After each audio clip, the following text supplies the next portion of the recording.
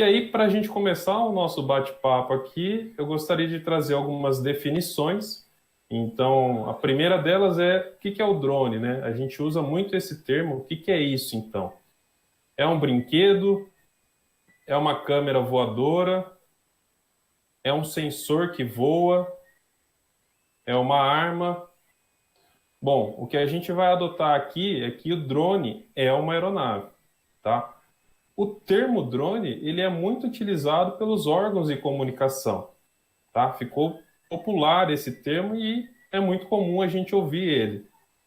Porém, quando a gente olha para o lado da regulação técnica, a gente vai encontrar o termo aeronave não tripulada e aeronave remotamente pilotada.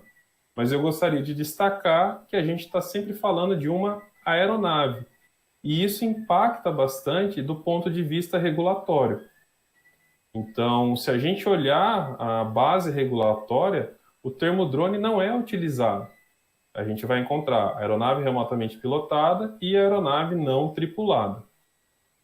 Outro termo bastante comum é a gente falar em RPAS, tá? Então, sistemas de aeronaves remotamente pilotadas. E aí, por que que a gente usa o termo sistemas?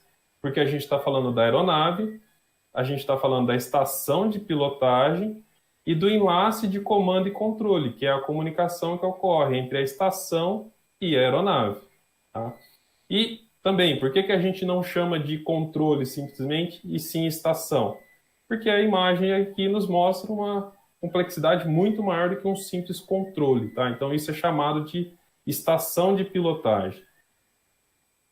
Adotando, então, um padrão de entidades como a ICAO, que é quem regula a aviação civil internacionalmente, a ANAC, o DCEA, eu gostaria de combinar com vocês. Quando eu estiver falando de RPA, eu estou falando da aeronave. E quando estiver falando de RPAS, é do sistema. Então, é a aeronave, a estação de pilotagem e a comunicação entre esses dois atores. Ok? Bom, do ponto de vista regulatório, a gente vai encontrar a definição de utilização recreativa e não recreativa. Então, o que a gente pode ver nessa imagem?